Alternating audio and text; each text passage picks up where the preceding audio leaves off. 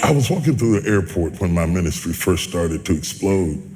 I was so distracted by the explosion that I didn't see the damage. Wow. An old preacher was coming through the airport in Charlotte. Yeah, it just dawned on me within Charlotte as you was there. When you live in West Virginia, if you wanted to go to heaven, you either had to go through Pittsburgh or Charlotte.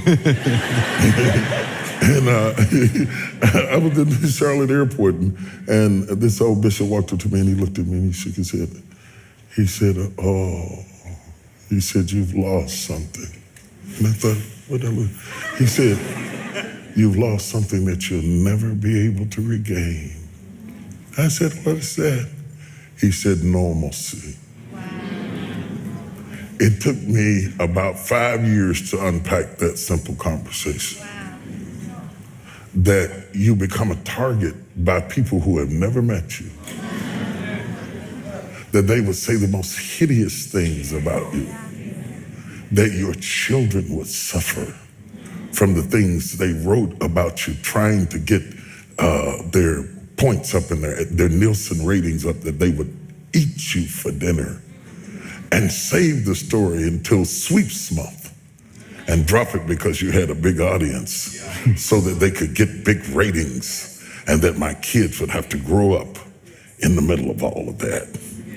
I was distracted by the explosion, but I would come to see the damage. I would see it in the tears of my children, the pregnancy of my daughter, the pains of my son, holding my wife in tears. And I would hold her in tears and preach faith and go home and lay down in a bed of fear. I said, God, where have you taken me? I'm gonna tell you this, this will cost you, and I'm throwing it in free tonight. Tonight only. Now I'm gonna tell y'all, nobody else can hear this, just us, y'all gonna keep it. I almost quit. I'm a country boy, I'm from West Virginia. I don't know nothing about this big time stuff.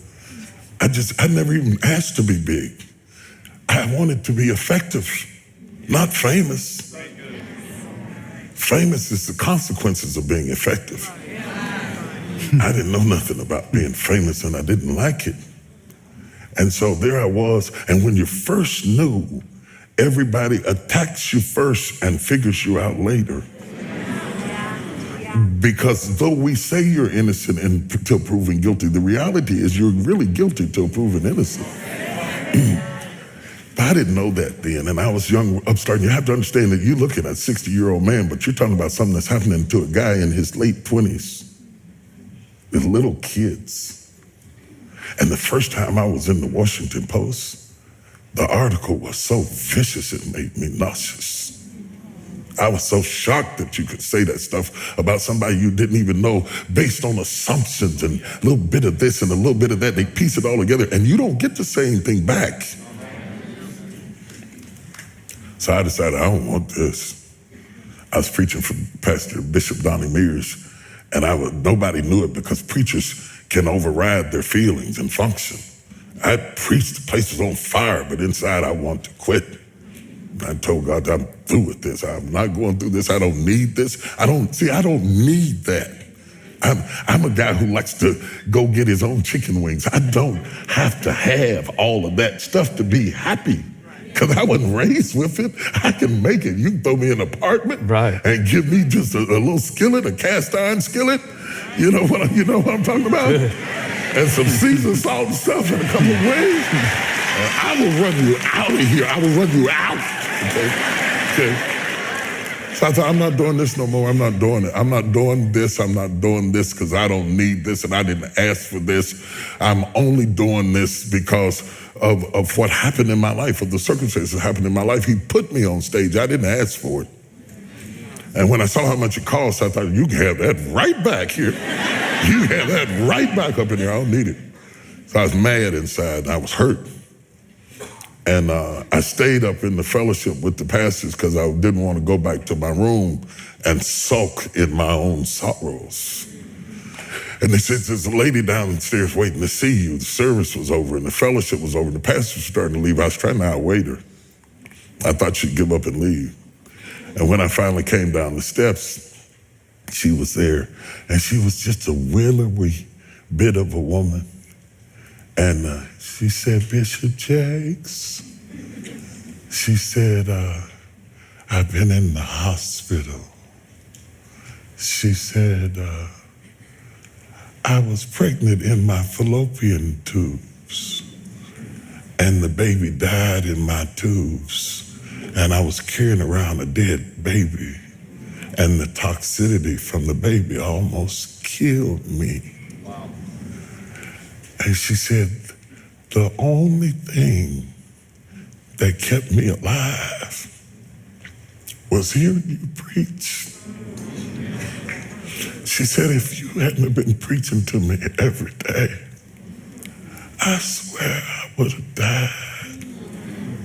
And then she looked at me and she said, it's for us.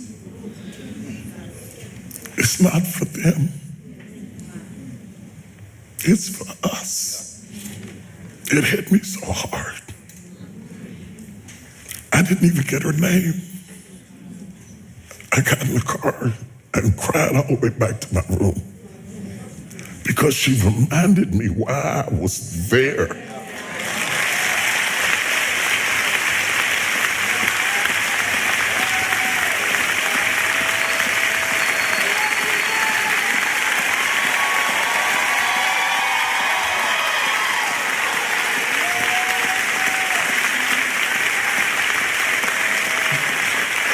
I just left last week when I text you. I was up in Baltimore in D.C. and I was doing a book signing. And this woman came up to the table to buy sword. She said, you don't remember me, do you? I said, no. She didn't even look like the same person. She's all dressed up and gained weight. She felt like she wanted to say, wow. She said, I met you in the bottom of Donnie Mears Church years ago, and I burst into tears. I lost it. I stopped the signing, and I jumped up and hugged her. If it were not for that woman,